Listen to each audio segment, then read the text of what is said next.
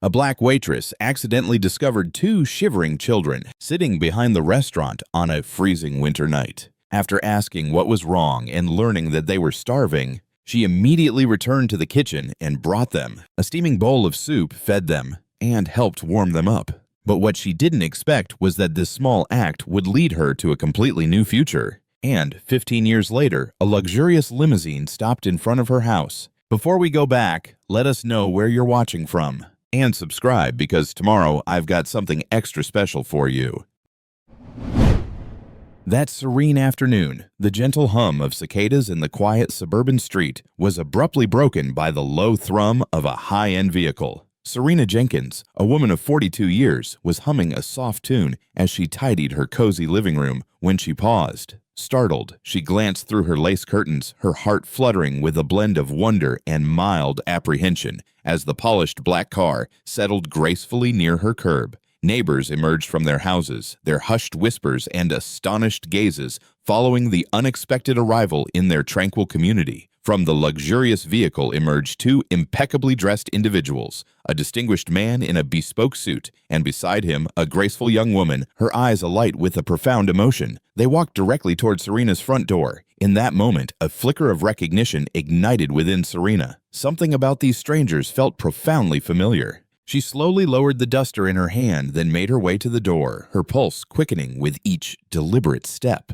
A tender smile softened her lips, as if she had been quietly anticipating this very moment throughout her entire life. When the door swung open, the three stood in a hushed, poignant silence. The man spoke softly, his voice resonant. "Miss Serena, do you remember us?" Serena stood motionless for a beat. Then her eyes widened with overwhelming joy, and a gasp of surprise escaped her lips. Before her were no strangers at all, but the two orphaned children, Leo and Mia, now grown, flourishing, and radiating confidence. Her voice trembled, and tears shimmered at the corners of her eyes. Serena gently embraced them both. "How could I ever forget the two precious children who appeared in my life on that harsh winter evening?" She ushered them inside, quickly brewing steaming mugs of chamomile tea, and the three of them settled around the quaint table in her cheerful kitchen. Serena carefully placed the warm mugs down, her gaze quivering as she took in those beloved faces. It felt like just yesterday they had been gaunt,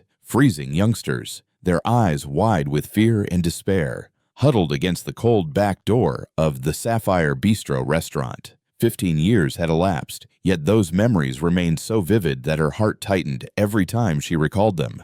15 years ago, 27-year-old Serena Jenkins was just a young woman striving to make ends meet in a challenging world. With her lustrous braided hair and warm brown eyes, she never dared to dream beyond her daily routine, caring for her elderly father who suffered from chronic asthma. Every youthful aspiration was buried beneath the relentless pressure of earning enough to survive. From before dawn until well after nightfall, Serena toiled at the Sapphire Bistro, an exclusive establishment whose clientele comprised the city's elite. The opulent banquets, the gleaming crystal stemware, and the soft glow of the ornate chandeliers stood in stark contrast to the harsh reality Serena faced. The restaurant's proprietor at the time was Victor Thorne, a meticulously groomed white man in his late 50s, whose perpetually stern expression rarely wavered. Behind his cold, calculating eyes and practiced smile, Thorne harbored a deep disdain for anyone outside his social strata, especially black employees like Serena. He treated his staff as if they were mere cogs in a machine. No matter how diligently she worked, Serena never received even a hint of acknowledgement.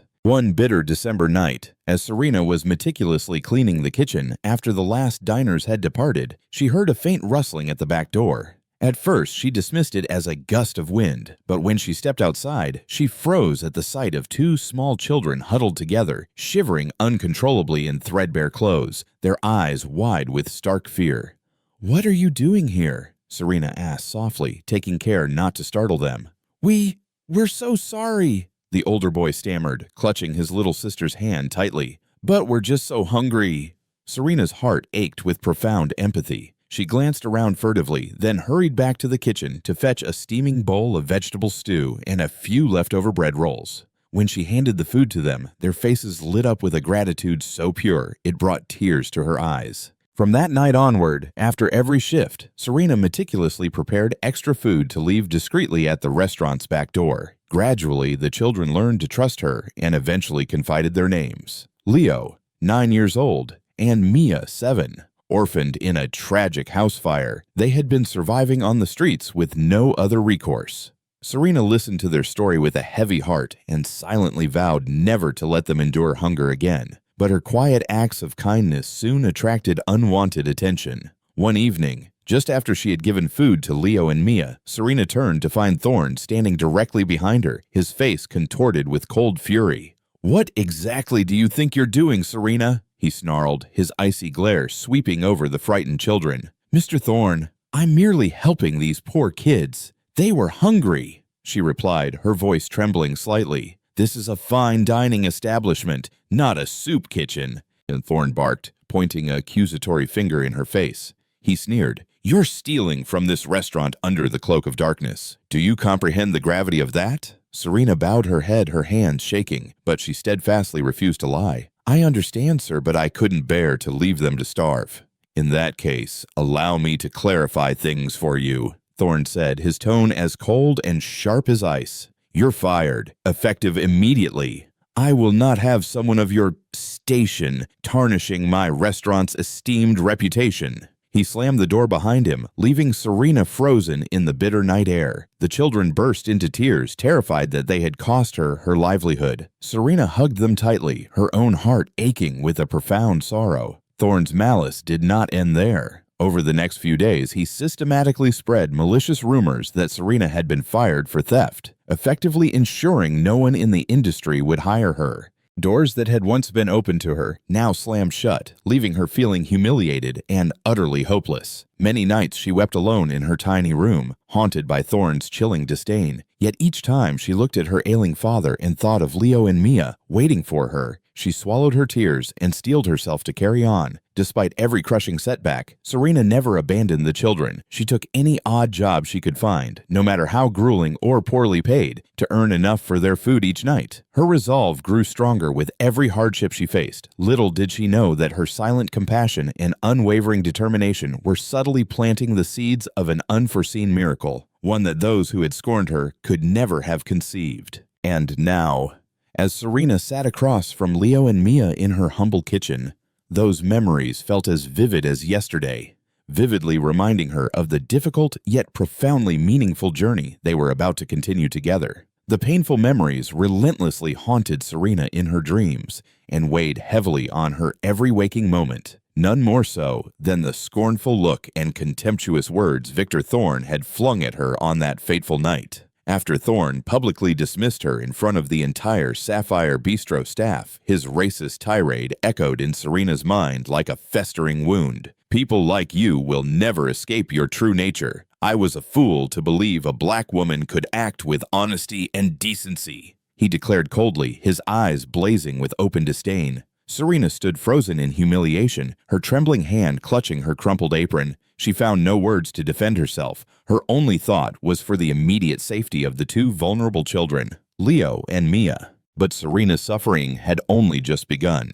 Thorn was not content with merely costing her her job. Using his extensive influence in the city's powerful business community, he deliberately spread malicious lies to irrevocably ruin her reputation. He telephoned every restaurant owner he knew, falsely claiming Serena had been stealing food from the Sapphire Bistro and even embellishing details to ensure her future prospects were utterly destroyed. Serena only learned of Thorn's vindictive campaign when she applied for a position at a small neighborhood diner. The manager glanced at her resume, then looked up with an unmistakable coldness in his eyes. "I'm sorry, but we cannot hire someone with that kind of background." Her heart sank with a chilling dread. "What do you mean? I've never done anything wrong," she pleaded. He hesitated, then whispered, "Miss Jenkins, everyone in this industry is aware you were fired for theft at the Sapphire Bistro. I'm truly sorry, but we simply cannot bring you on." Serena left in tears, her heart aching with a bitter unfairness. But she steadfastly refused to surrender. Her ailing father and the two innocent children waiting for her every night desperately needed her. From that devastating day onward, Serena accepted any work she could find, no matter how grueling. On frigid winter mornings, she donned her worn, faded coat to hand out flyers for a local dry cleaner. In the afternoons, she spent hours scrubbing grimy car wheels at an auto shop, her slender hands growing rough and painfully cracked from the biting cold water and harsh detergents. At night, she meticulously cleaned empty offices by the dim glow of fluorescent lights, the monotonous hum of the vacuum cleaner, her only companion. Every penny she earned with her sweat and tears went directly to her father, and a secret portion always went toward food for Leo and Mia. She never once blamed the children. She knew only one person was truly to blame: Victor Thorne. Meanwhile, Thorne continued his lavish lifestyle, appearing at every high society gala in town, his tailored suits, smug smiles, and calculated conversations earning him accolades as a philanthropic pillar of the community. Serena once spotted his face on the cover of a local business magazine beneath the headline, "Businessman of the Year, Victor Thorne, Champion of Commerce." In that moment, the world felt unbearably unjust and skewed. Yet each time despair threatened to overwhelm her, Serena thought of Leo and Mia, the two children she had found shivering on a winter night, trusting her to care for them. That thought steeled her resolve. One late evening, returning exhausted from her cleaning job, Serena discovered the children asleep, huddled together on the sidewalk, their breath steady in slumber. She gently placed a bag of warm food beside them, tears silently spilling down her cheeks as she looked at their innocent, trusting faces. Softly, she vowed into the quiet night, "I will never give up on you. I will overcome every obstacle because I believe that justice and truth will ultimately prevail." Under the pale moonlight, their small, vulnerable figures seemed to bear silent witness to her solemn promise, a promise as silent and powerful as a hidden river's current beneath the surface, ready to sweep away every injustice and lie Victor Thorne had heaped upon her. Serena knew that though her trials were far from over, one day justice would unequivocally be on her side. And when that day came, it would be Thorne trembling before the truth he could no longer escape. The promises Serena whispered to herself that night became the slender lifeline carrying her through the brutal days that followed. Faced with one obstacle after another in the wake of Victor Thorne's relentless campaign to ruin her reputation, she had to confront a harsh, undeniable reality. There was no choice but to take society's lowest-paying, most demeaning jobs just to survive. Every dawn, before the sky even hinted at sunrise, Serena pulled on her threadbare, faded coat and stepped out into the biting cold. Clutching a stack of advertising flyers, she hurriedly offered them to hesitant passers-by. Their gazes, sometimes sneering, sometimes openly contemptuous, twisted her heart with a deep, familiar pain. Once she held out a flyer to a sharply dressed executive who recoiled dramatically and sneered, "Get away from me! What could someone like you possibly know about marketing or business strategy?" Serena bowed her head and walked away in silence, fighting back the hot tears of shame that pricked her eyes. She never in her wildest dreams imagined she'd end up like this. But when she thought of her frail father lying in that worn armchair, waiting for her, she wiped her eyes dry and resolutely pressed on. In the afternoon, she reported for work at a small auto garage at the end of the block. Her hands quickly grew rough and calloused from constant contact with cold water and harsh cleaning chemicals. On frigid winter days, the water felt like sharp knives against her skin, her hands throbbing, aching deep in her bones. Yet Serena never dared to complain. She knew she couldn't afford to be weak if she truly wanted to care for her father. As dusk fell, she raced from the garage to a late-night office cleaning gig. The long, empty corridors and dark, silent offices starkly reminded her of the invisible chasm between her life and the rest of the world. One night, while she was vacuuming near the main entrance, she overheard two young employees whispering, "This place is always so grimy. I don't know what the cleaning crew even does. Every morning, it's still a mess. I don't get why the company hires these useless people in the first place." Serena kept working, their careless words stabbing her heart. No one knew that this black woman, working tirelessly in the shadows each night, had once been an honors graduate in business administration. She buried that secret deep in her heart, accepting that in her current world, degrees and talent meant absolutely nothing. Her brutal routine continued, but Serena never stopped thinking about Leo and Mia. Those children had truly become her anchor, the profound reason she refused to break under life's crushing weight. Then one day, her worst nightmare agonizingly came true. When she returned to the familiar street corner where she always left food for Leo and Mia, they were gone. Her heart clenched with a terrifying fear. She ran frantically up and down every nearby street, calling their names in desperate anguish. At last, a kind neighbor approached her and whispered, "Those two orphans were picked up by social services last week. I heard they sent them to a children's home several miles away." "I'm so sorry, Serena." Her neighbor's words hit her like a thunderbolt, shattering her last fragile hopes. Serena froze in the street, feeling all her strength drain away like sand. Leo and Mia had been her last beacon of hope in this stormy life, and now they were taken from her, too. That night, Serena returned home, utterly spent and desperate. She found her father asleep in his favorite armchair, his breath shallow, his face lined with the cruel passage of time. Serena knelt beside him, tears silently streaking down her cheeks. "Dad, I'm so sorry. I don't know what to do anymore. I've lost my job, my dignity, and now Leo and Mia are gone. What am I supposed to do now?"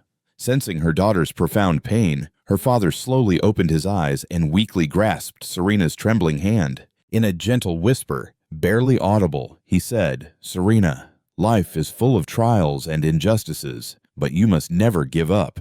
These sufferings are not your end. They are the fuel that will change your destiny. Promise me you'll never let anyone look down on you again." Serena gazed into her father's loving eyes, and in that moment, a small yet fierce flame of determination ignited deep in her chest, stronger than she had ever felt it before. She squeezed her father's hand and spoke with a tremulous resolve. "I promise, Dad, I will not surrender. I will find a way to reclaim what's mine and protect those I truly love." Silently, Serena looked out the window at the pale moonlight, bathing the little room, as if bearing solemn witness to her fierce new vow. From that moment on, she knew her life would be forever changed. She would never bow to injustice or prejudice again. It was time for Serena to rise up, face her fate head-on, and reshape her own destiny. The faint moonlight hadn't yet faded when Serena's life was plunged into its deepest abyss. Just one short week after Leo and Mia were taken from her, Serena's father, the one person she loved more than anyone in the world, peacefully passed away, leaving a bottomless void in her aching heart.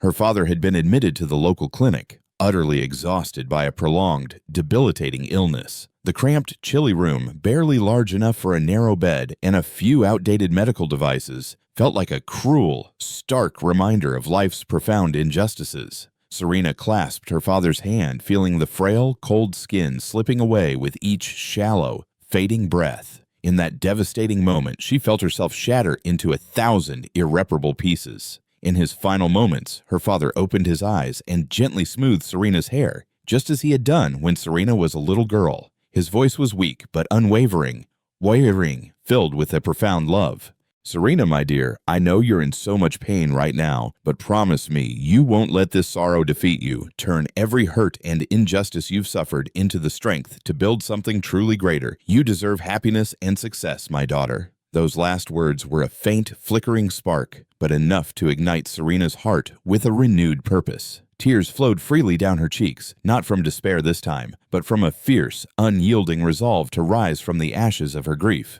A few days after the quiet funeral, Serena quietly packed away her father's cherished keepsakes. In an old, battered wooden box, she discovered a faded business card bearing a familiar name, Arthur Vance, attorney at law. She remembered him as her father's closest friend in their youth, though they had long since lost touch. Seeing his name sparked something profound within Serena, fueling her determination with a sudden surge of hope. Without a moment's hesitation, she reached out to Arthur. They met in a small, unassuming cafe on a rainy afternoon, the gentle patter of droplets against the window pane creating a private, reflective atmosphere. Now in his mid-60s, Arthur stood tall and composed, his thoughtful face radiating sincerity and wisdom. When Serena entered, he rose immediately and took her hand, his eyes brimming with genuine emotion. "Serena, dear Robert's daughter, I'm so deeply sorry I wasn't there to help your father and you in your greatest time of need." Serena sat and calmly recounted her entire story. The grueling days at the Sapphire Bistro, her spontaneous kindness toward the orphaned Leo and Mia, and Victor Thorne's cruel racism that had stripped absolutely everything from her.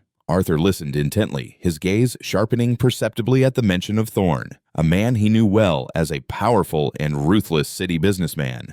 "You've never let anyone know this publicly," Serena said, pulling a thick, heavy dossier from her worn bag. "But over the past months, while cleaning offices at night, I painstakingly gathered evidence. Fake invoices, payroll records showing blatant discrimination against employees of color, even recorded conversations of Thorne spewing racial hatred.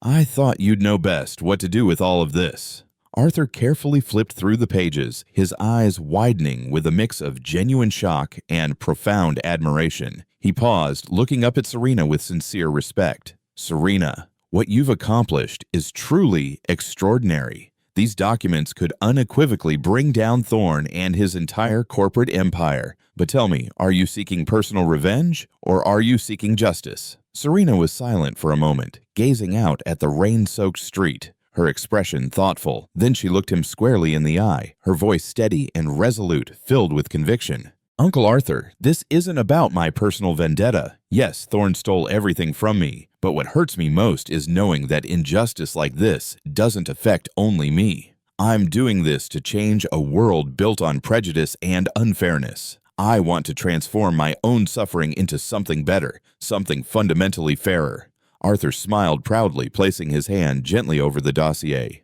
"Then, you're not alone. I'll stand by you every step of the way. Together, we'll confront Victor Thorne and those like him who believe they are above the law. I promise you, we'll bring the truth to light, no matter what it takes."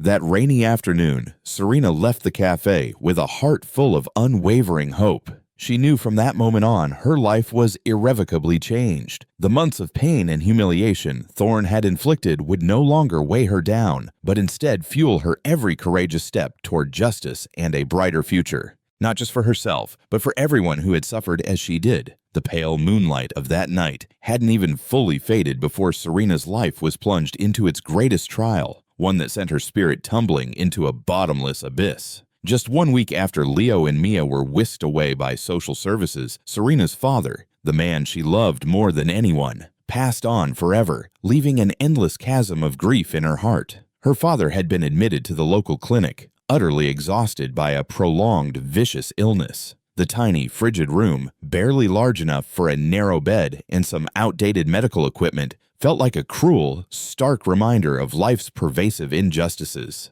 Serena clasped her father's hand, feeling the frail, icy skin growing more lifeless with each shallow breath. In that agonizing moment, she felt as though she were shattering into 1,000 pieces. In his final moments, her father opened his eyes and gently stroked Serena's hair, just as he had done when Serena was a small child. His voice, though weak, remained unwavering, imbued with deep love. "Serena, my dear, I know you're in so much pain, but promise me, you won't let this sorrow destroy you. Turn every hurt and injustice you've endured into the strength to build something greater. You deserve happiness and success, my daughter." Those last words were a flicker of light, small yet powerful enough to rekindle Serena's will to live, to fight. Tears streamed down her cheeks, but this time they were not tears of despair or defeat. They were tears of fierce determination, ready to rise from the ashes of her broken heart. A few days after the funeral, Serena quietly packed away her father's mementos. In an old, weathered box, she discovered a tarnished business card bearing a familiar name, Arthur Vance, attorney at law. She remembered he had been her father's closest friend in youth, though they'd long since lost touch. Seeing his name ignited something profound within Serena, a spark of hope and resolve stronger than ever before. Without delay, she reached out to Arthur. They met in a small, cozy cafe one rainy afternoon, the soft patter of raindrops creating a private, contemplative atmosphere. Now in his mid-60s, Arthur greeted her with a gentle warmth, his eyes reflecting genuine concern and compassion. When Serena arrived, he rose immediately to take her hand, his voice choked with emotion. "Serena, dear Robert's daughter, I'm so sorry I wasn't there to help your father or you in your greatest hour of need." Serena sat and calmly recounted everything. Her grueling days at the Sapphire Bistro, the mercy she showed to orphaned Leo and Mia, and Victor Thorne's cruel, racist campaign that cost her absolutely everything. Arthur listened intently, his expression growing grave and resolute at the mention of Thorne, a man he knew well as a powerful, yet notoriously unscrupulous figure in the city. "You've never made this public," Serena said, pulling a thick dossier from her bag. But over the past months, while cleaning offices at night, I gathered undeniable evidence: fraudulent invoices, payroll records exposing blatant discrimination against employees of color, even recorded conversations of Thorne using vile racial slurs. I thought you'd know what to do with this better than I ever could. Arthur carefully thumbed through the pages, his eyes widening in astonishment and profound pride. Finally, he looked up at Serena with heartfelt admiration. Serena, what you've done is truly extraordinary. These documents could bring down Thorne and his entire empire. But tell me, are you seeking vengeance or justice? Serena paused, gazing out at the rain-soaked street. Then she met his eyes, her voice steady and resolute, leaving no room for doubt. Uncle Arthur, this isn't about personal revenge. Yes, Thorne stole everything from me, but what wounds me most deeply is knowing that injustice like this doesn't affect only me.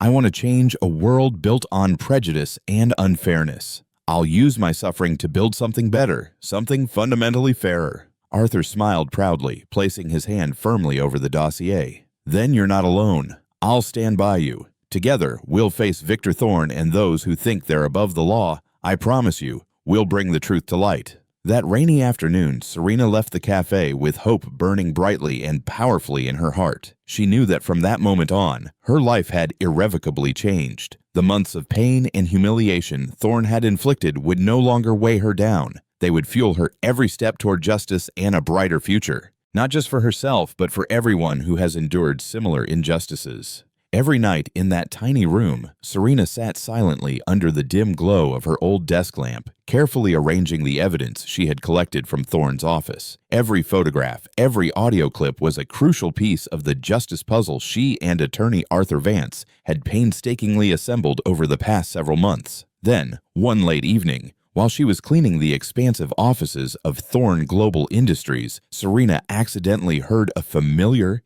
arrogant voice drifting from the executive conference room next door. She paused her dusting and crept closer to listen intently. That confident, ambitious tone could only belong to Victor Thorne. Next week, we'll finalize the most important contract we've ever signed with Aura Global Holdings from Europe. This will be the pivotal moment that propels Thorne Global onto the international stage. I will not allow a single error. Understood? Those words echoed through the silent halls, and Serena stood motionless, her breath catching in her chest. She knew this was the golden opportunity she had been waiting for, a rare chance to strike a decisive blow against the man who had so cruelly belittled and trampled her for so many years. The very next day, Serena rushed to meet Arthur Vance at his modest downtown law office. As she recounted what she'd overheard, Arthur's eyes lit up with fierce determination. He flipped through her previously submitted documents, his voice firm and confident. You've done brilliantly, Serena. This is exactly the leverage we need. If we can show Aura Global Holdings that Thorne Global is deeply entangled in both racial discrimination and massive tax evasion, this colossal deal will instantly evaporate. Our priority now is to assemble a flawless, airtight legal dossier to present to regulators and the international press without delay. Serena nodded resolutely, her eyes shining with fierce, unyielding hope. I'm ready, Uncle Arthur. I'll do whatever it takes to bring the truth to light, no matter the cost. Over the following days, Serena and Arthur threw themselves into the monumental work. With decades of legal experience, Arthur methodically organized every single piece of evidence Serena had meticulously gathered. He crafted detailed legal analyses, building an exhaustive, ironclad legal case. As they stayed up late each night reviewing the materials, Serena grew ever more acutely aware of the enormity of Thorne's crimes. He hadn't just evaded taxes on an industrial scale. He'd instituted blatantly discriminatory hiring and pay practices, flouting every legal safeguard designed to protect vulnerable employees. The deeper their investigation went, the darker and more shocking the revelations became. One evening, as Serena was photographing sensitive documents in Thorne's personal executive office, she suddenly heard hurried footsteps outside the door. Quick thinking, she slipped silently behind a heavy velvet curtain, her heart pounding frantically in her throat. The door burst open, and Thorne stormed in alongside his personal assistant, his face flushed scarlet with barely contained anger. He slammed his hand heavily on the desk, snarling, I told you! How did word of this contract leak out? If our competitors catch wind, everything falls apart. His assistant stammered, voice trembling with fear. "We've double-checked, sir. It may just be baseless rumors, but should we postpone the signing to be safe?" Thorne's fury exploded, his expression terrifyingly fierce and uncontrolled. "Postpone? Do you have any idea how much time and effort I've invested in negotiating this deal? Absolutely not. You will do whatever it takes to ensure this signing goes off without a hitch. And one more thing. Do not let a single person of color anywhere near the ceremony. Is that explicitly clear?" Yes, sir," the assistant stuttered, visibly cowering. Hidden silently in the shadows, Serena's blood boiled with a potent mix of anger and renewed resolve. Stealthily, she pulled out her phone and recorded every bigoted, hateful word Thorne uttered. Each syllable would become the strongest, most damning evidence in her and Arthur's arsenal. As soon as Thorne and his assistant left, Serena slipped out of the building, her heart racing, adrenaline surging through her veins. Not just from narrowly avoiding detection, but from knowing the decisive moment was now tantalizingly close at hand. Back in Arthur Vance's small office, he replayed Serena's recording, his face grave and resolute. "This, Serena, is the smoking gun. Undeniable proof. No investor, especially an international powerhouse like Aura Global Holdings, will tolerate a partner mired in racial discrimination scandals." Serena nodded, her voice ringing with fierce determination. "We must release all this evidence before the signing. Give Thorne zero time to react, to mitigate the damage." Arthur placed a reassuring hand on her shoulder, pride and profound confidence shining brightly in his eyes.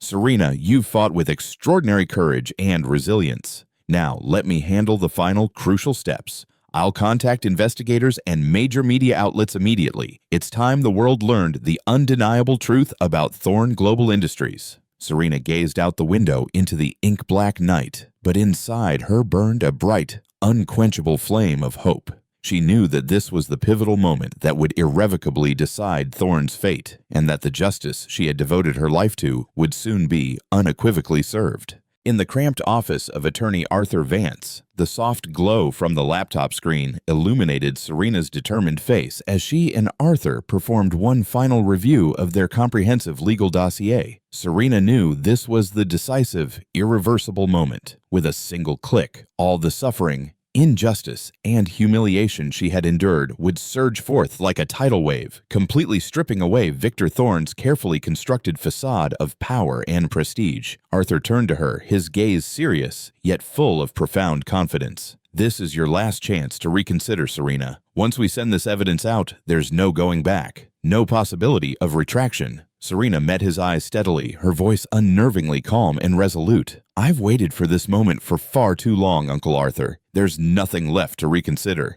I'm ready to face whatever comes, whatever the consequences." Arthur nodded, a gentle smile touching his lips, and gently pressed enter. In an instant, a flurry of emails, each containing the full, damning evidentiary file, was dispatched to the State Tax Commission, relevant regulatory agencies, and the region's major news outlets. The next morning, before the sun even began to rise, a storm of public outrage erupted across every media channel. Major networks broke the story of Thorne Global Industries' egregious tax evasion and systemic racial discrimination. Serena's painstakingly gathered recordings and documents were published widely, definitively revealing Victor Thorne not as a respected businessman, but as a law-manipulating bigot who shamelessly abused his power to oppress the vulnerable. Across town in the opulent Thorne Global headquarters, Victor Thorne awoke to the greatest shock and unraveling of his entire life. His cell phone buzzed incessantly with frantic calls from partners, worried lawyers, and panicked senior staff. His face drained completely of color when his personal assistant burst into his office, pure panic etched onto her face. "Mr. Thorne, the State Tax Commission is here," she panted, out of breath. "They have a search warrant and demand to review all financial records immediately." Thorne sprang to his feet, his voice trembling uncontrollably with a volatile mix of anger and dawning fear. "The Tax Commission? How is this even possible? Who would dare do this to me?" Before he could even begin to gather his wits, more devastating news arrived. The assistant continued, her tone grim and resigned. "Sir, the press already has all the details and undeniable proof of our illegal activities. They've just published a series of scathing exposés on every major news channel. It's completely out of control." Thorne slumped back into his plush chair, feeling as though his meticulously built world had utterly collapsed around him. Everything he had painstakingly built, his reputation, his immense fortune, his vast influence, crumbled in an instant, reduced to rubble. In a fit of pure rage and profound despair, he pounded his fist violently on the desk and shouted, "Who's behind this? Who betrayed me?"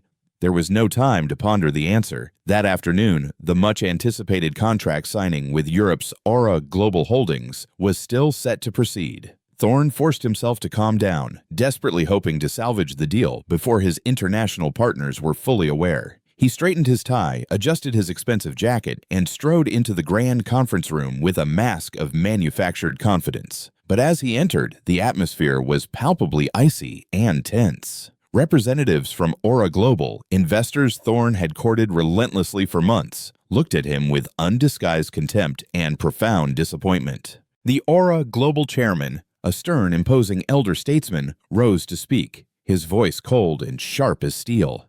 "Mr. Thorne, we have received detailed and irrefutable information about your company's serious misconduct, including rampant tax evasion and unacceptable racial discrimination policies. This is not only a grave ethical violation, but a severe breach of international business standards." Thorne tried desperately to explain, his voice quavering uncontrollably. "Please, please hear me out. This is all a terrible misunderstanding. I assure you, I will sort everything out immediately." But the chairman cut him off, firm and unwavering, his gaze piercing. "No, Mr. Thorne, this is not a misunderstanding. We absolutely cannot do business with a company that flagrantly disregards the law and basic human ethics. This contract is hereby terminated, effective immediately."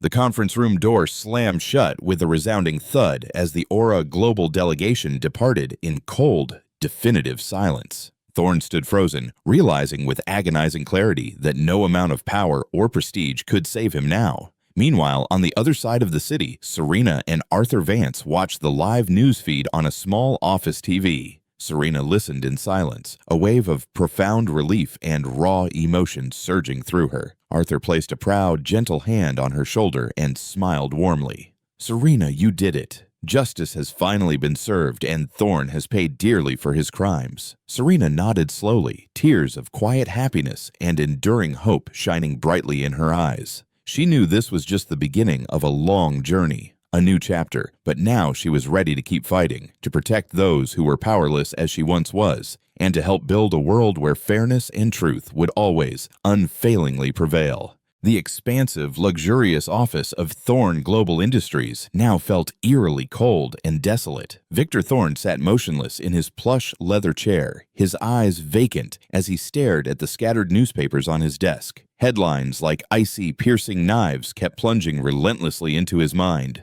Thorne Global Industries, empire of tax evasion and bigotry. Victor Thorne under serious state investigation. Aura Global pulls out of multi-million-dollar deal. Calls from lawyers, former associates, even his closest so-called friends abruptly stopped. One by one, they abandoned him, treating him like a contagious disease, a pariah. Never before had Thorne felt such crushing, absolute loneliness. For years, he'd thrived on public praise and superficial respect. He never imagined he could fall so utterly far. The phone on his desk suddenly rang, its shrill sound jolting him from his dark thoughts. He picked it up, his voice weak and utterly drained. "Hello?" A brief pregnant silence, then a calm, cold female voice spoke. "It's me, Serena Jenkins, Mr. Thorne." At the sound of her name, Thorne felt as if he'd been struck by a bolt of lightning. He bolted upright, eyes wide with a mix of shock and dawning fury. "Serena, why are you calling me now? Didn't you disappear from my life ages ago?" Serena's reply was steady, every word sharp as a honed steel blade. "That's true, Mr. Thorne. I didn't vanish. I was just patiently waiting for the right moment to return. And now that moment is undeniably here. I want you to know the unvarnished truth. I'm the one behind everything that's happened to you, every single downfall." A suffocating, oppressive silence filled the room. Thorne froze, his heart seemingly stopping for a breath, his mind reeling. After a long, stunned pause, he whispered, trembling with disbelief, What are you saying? How could it possibly be you?" Serena continued in a measured, confident tone, each phrase carefully chosen to hammer away at his deeply ingrained arrogance. You always thought I was just a weak black woman, unworthy of your notice, didn't you, Mr. Thorne? You truly believed your power and immense wealth would allow you to trample me into the dust with no consequences whatsoever, but you were profoundly wrong. I was never as weak as you imagined, and your cruel contempt only served to make me stronger, more resolute. Thorne's voice rose in desperate outrage, bordering on a raw cry. Why are you doing this to me? What did I ever do to earn your hatred? Serena's voice remained unwavering, a bastion of calm and reason. I'm not doing this out of hatred, Mr. Thorne, or for personal revenge. I'm doing it for pure justice. You can't spend your life crushing others without ever paying a price. I want you to understand that racism, injustice, and the wrongs you committed will never escape punishment. Not truly. Manning gripped the phone in a white-knuckled fury and utter despair. Justice? You call this justice?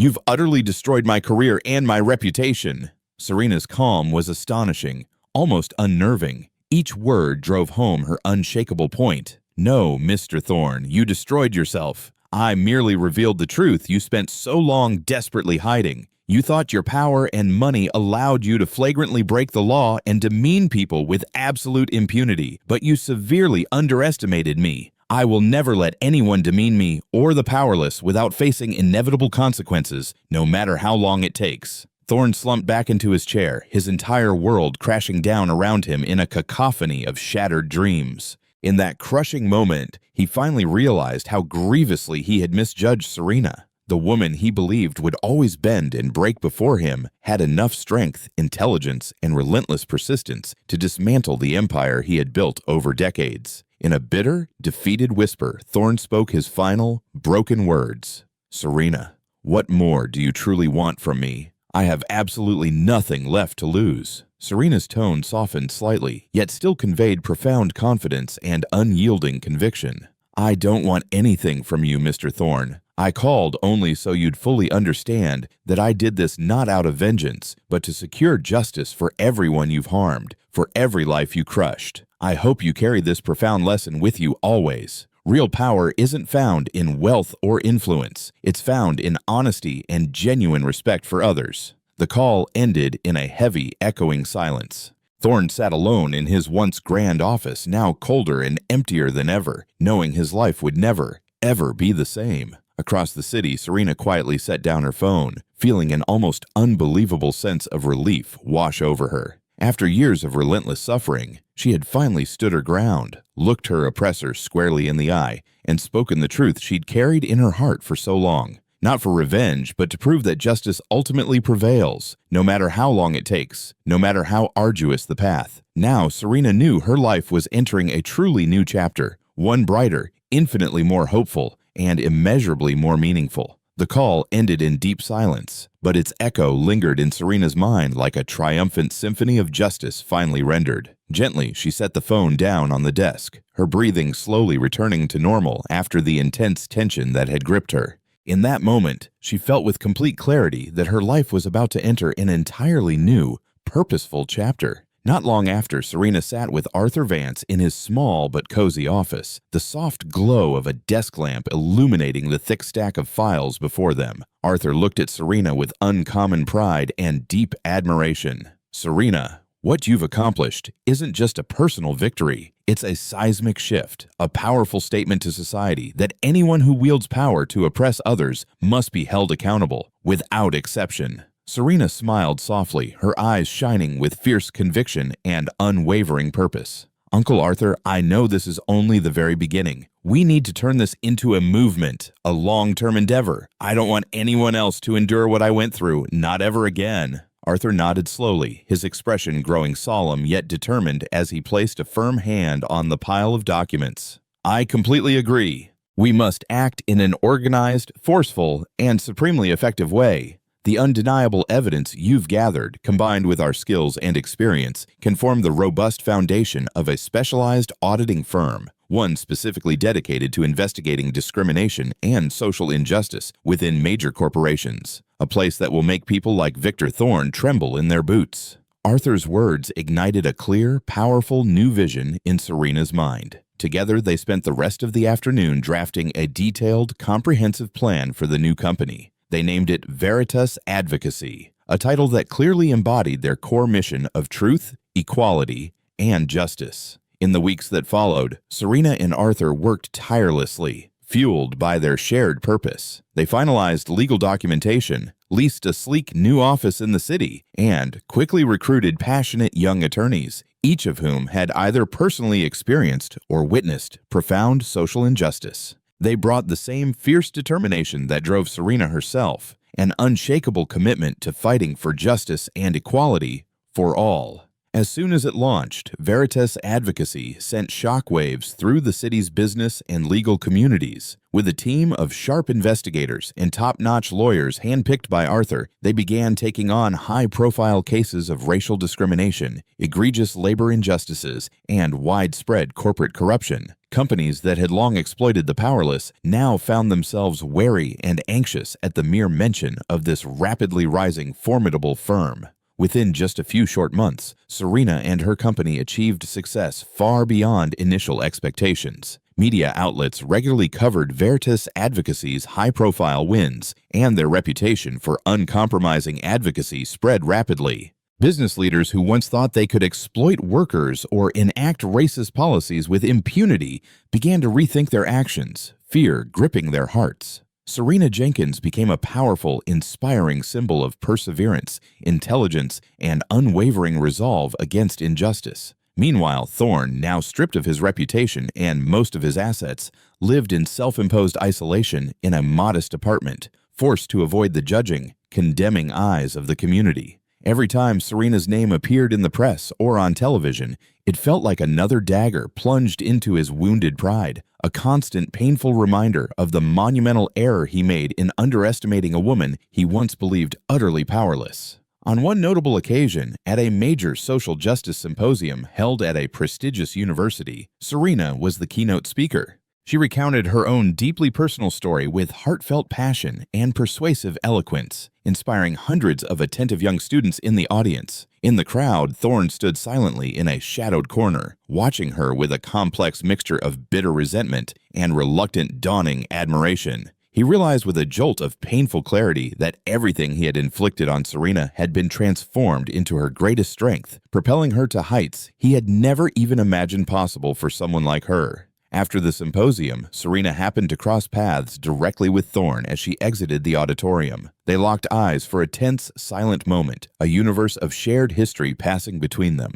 Finally, Thorne spoke first, his voice weak and weary, laden with a newfound humility. "Serena, I was wrong to underestimate you. I now truly understand you are far stronger than I ever thought possible." Serena returned his gaze, her expression free of anger or hatred, devoid of any desire for petty triumph. Instead, she showed a gentle, resolute compassion, a profound understanding. "I never wanted you to suffer just for me, Mr. Thorne, but I sincerely hope you've learned that justice endures, no matter how long it takes, no matter how powerful the oppressor." Thorne bowed his head wordlessly, a silent admission of guilt and defeat, and slowly walked away. In that moment, Serena knew she had completely escaped her past's long shadow. She was now ready to move forward on her path with complete confidence and profound pride. Waitress advocacy continued to expand, rapidly becoming the torchbearer in the fight against corporate injustice and systemic racial discrimination. For Serena, true success was not only overcoming her own painful history, but building something far greater, a future in which justice and equality truly exist for everyone.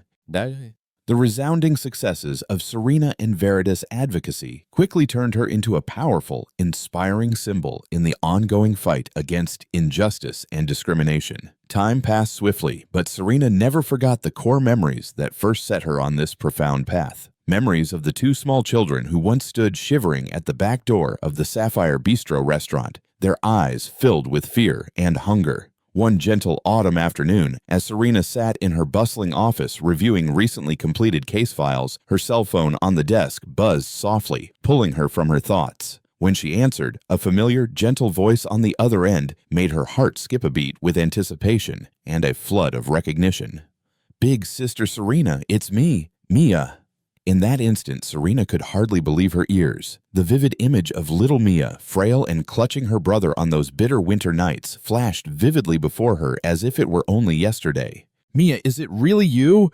"Oh my goodness, I haven't heard your voice in so long," Serena exclaimed, nearly overcome with a surge of profound emotion. "Yes, it's me, big sister Serena," Mia replied, her voice now that of a mature, confident young woman. "Leo and I have been searching for you all these years, ever since we were taken away. We've finally found you. We'd absolutely love to see you. Could we please meet? As soon as possible?"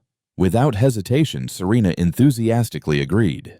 The very next day, she waited nervously yet excitedly at a quiet little cafe downtown. When the door opened, she leapt to her feet, tears blurring her vision. Two poised, successful young adults stepped inside, and in that poignant moment, she instantly recognized Leo and Mia. Now grown, self-assured, and radiating a quiet confidence, Leo rushed forward, enveloping her in a deeply grateful embrace. "Serena, we've finally found you. I've never forgotten those freezing nights when you saved us. We still carry that worn photograph of us with you in our wallets, a constant, cherished reminder of your incredible kindness and bravery." Mia joined in, tears glistening on her now mature face, her voice choked with emotion. "Sister Serena, if it weren't for you, Leo and I would never be who we are today.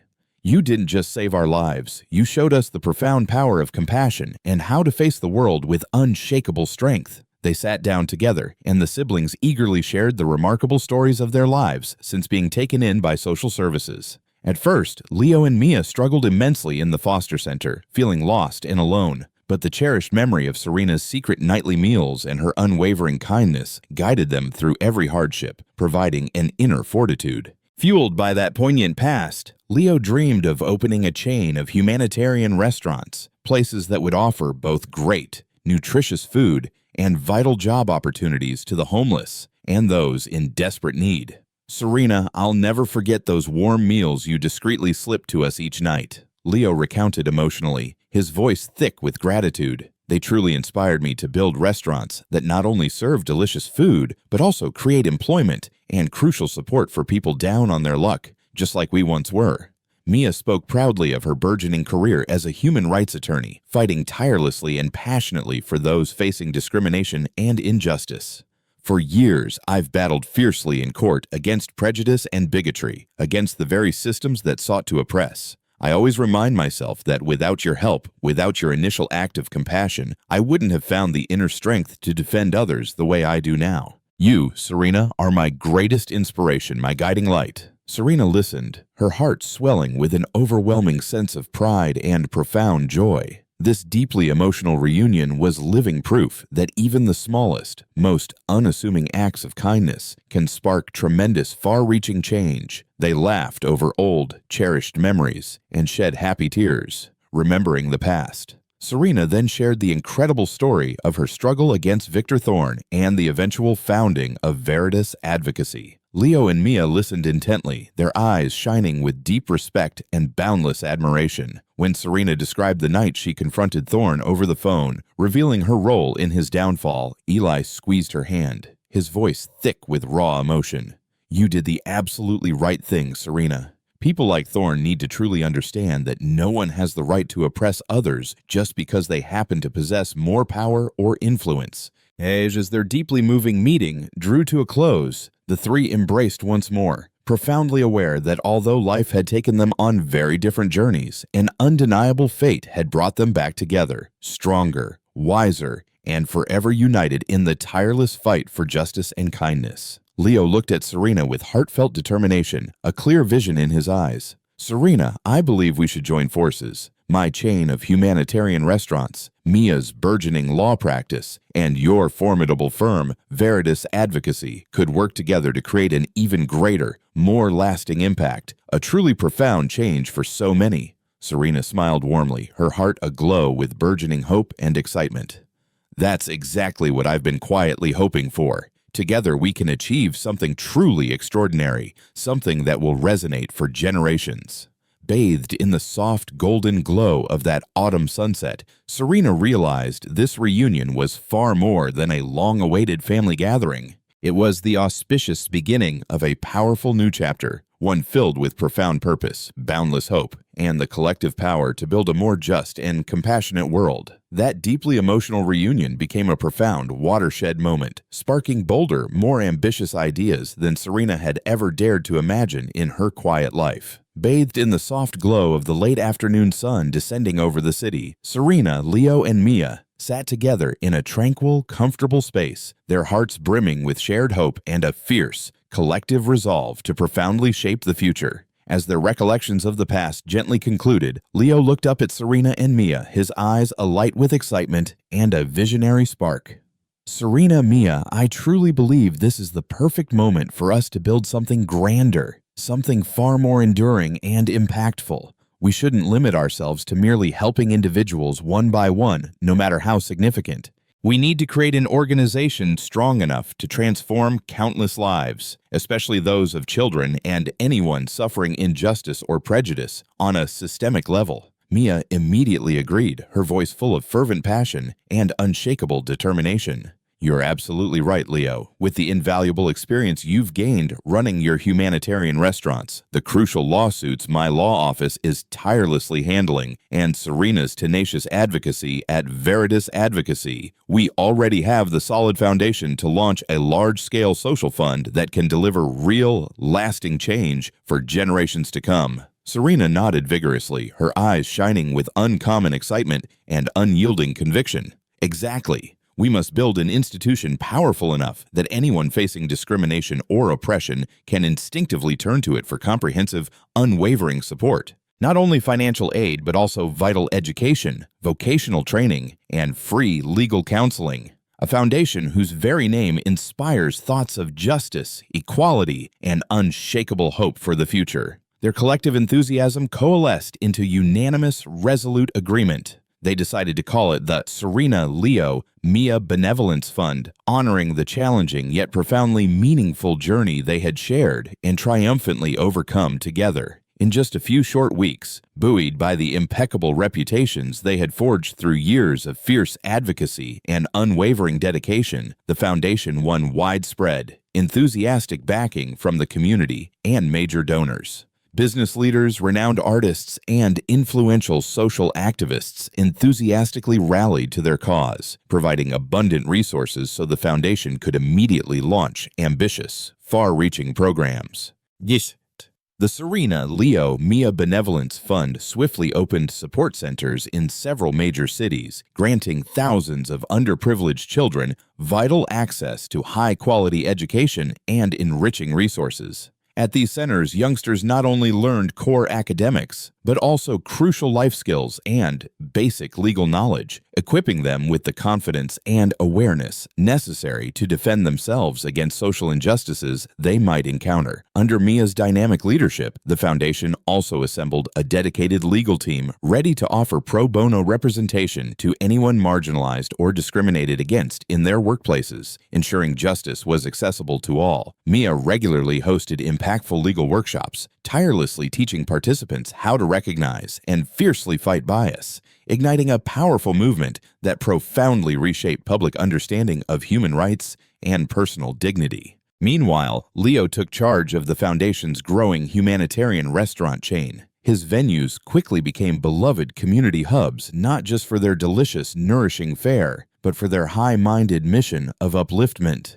Each restaurant employed and trained homeless individuals and people with disabilities at no cost, helping them reintegrate into society with dignity, purpose, and newfound skills.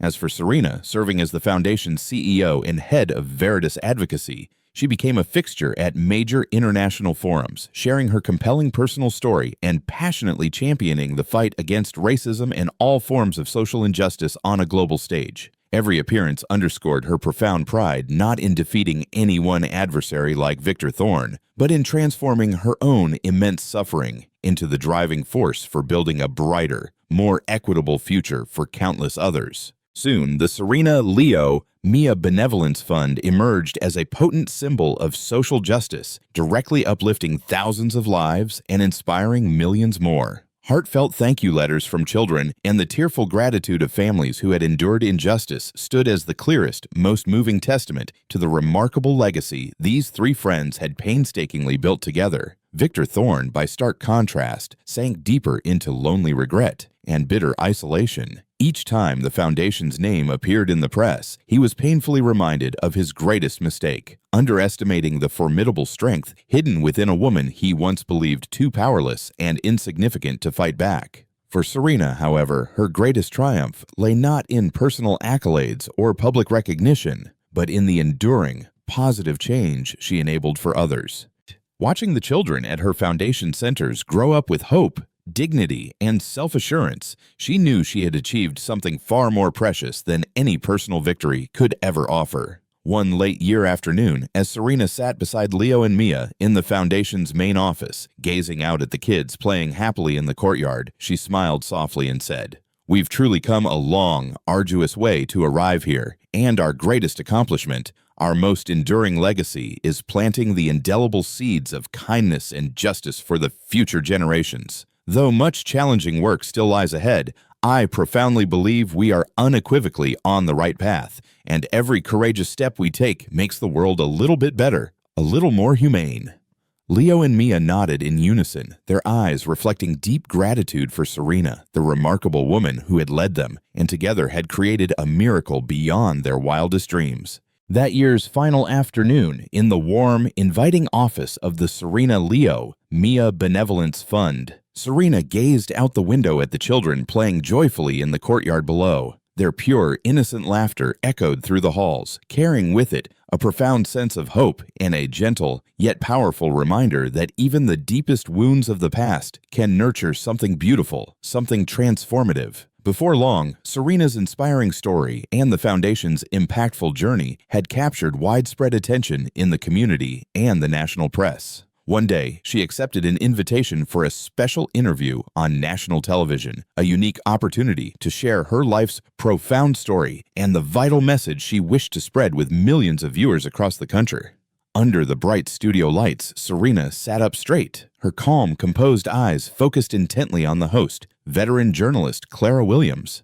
With clear respect and admiration, Clara asked the first probing question. "Serena, your story has touched so many hearts across the nation, yet audiences are most curious about this. After all the immense injustice and pain you endured, how did you find the strength to forgive and to focus on building rather than settling scores, seeking retribution?" Serena offered a gentle, knowing smile, reflecting for a moment before answering in a rich, compelling voice that captivated the audience. "Clara, I believe true justice never means destroying others, never means tearing them down. When we're deeply hurt, our first instinct is often revenge, that primal urge to inflict pain in return. But revenge doesn't bring peace, it doesn't heal. It only creates a vicious, unending cycle of hatred and more injustice, perpetuating suffering. I chose a different path, to transform my own suffering into powerful motivation to build something better, to create opportunities so others never have to endure what I did, to ensure no one feels that crushing helplessness."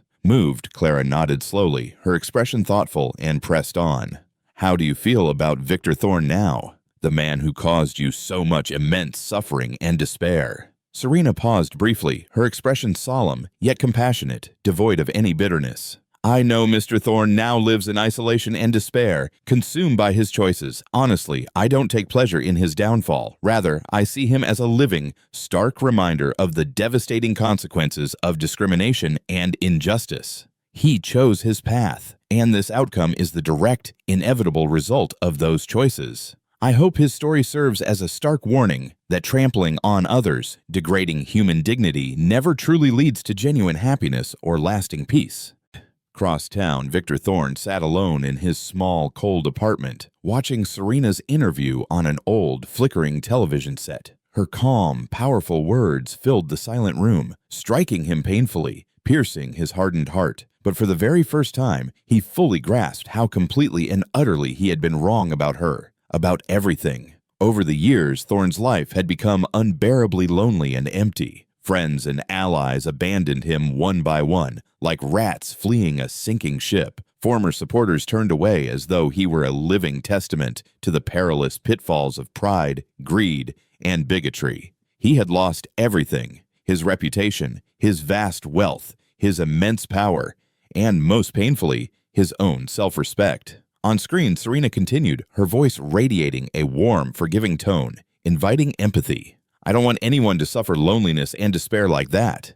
What I hope to share, what I truly believe, is the transformative power of forgiveness and compassion. We can't change the past, that is unalterable, but we can absolutely build a fairer, kinder future from the hard lessons it taught us, from the very wounds we carry." Her words resonated deeply with viewers across the nation, reigniting a collective belief in goodness, in empathy, and in the profound healing of old wounds. Serena closed the interview with a heartfelt, powerful call to action. To everyone listening, remember, we all carry scars from past hurts, from moments of pain and injustice. Instead of letting them turn us bitter, let them serve as the unshakable foundation for strength and profound empathy. Use your own story, your own experiences to create something better in this world, to be a light for others. Thunderous applause filled the studio as the interview ended, a standing ovation for her courage and wisdom. As Serena left the set, she felt a profound lightness and an overwhelming sense of joy, knowing that her message of compassion, truth, and resilience had truly reached many hearts, inspiring them to action. In his lonely apartment, Thorne slowly turned off the TV and bowed his head in quiet contemplation. In that humbling moment, he finally understood that the woman he had once dismissed, trampled upon, and sought to destroy had unknowingly given him the most profound lesson of all: the transformative, redemptive power of kindness, of forgiveness, and of unwavering human spirit. Outside, Serena stepped into the cool evening air, inhaling deeply as a gentle breeze brushed her face, carrying the scent of night-blooming jasmine. She realized that from the pain and wounds of her past, she had not only healed herself, but had planted enduring seeds of hope and goodness in countless lives across the city and beyond. Now each step she took forward was driven by the unwavering conviction that no matter what difficult circumstances life throws at us, the profound choice between hatred and forgiveness, between destruction and creation, always remains, unequivocally, ours to make. Join us to share meaningful stories by hitting the like and subscribe buttons. Don't forget to turn on the notification bell to start your day with profound lessons and heartfelt empathy.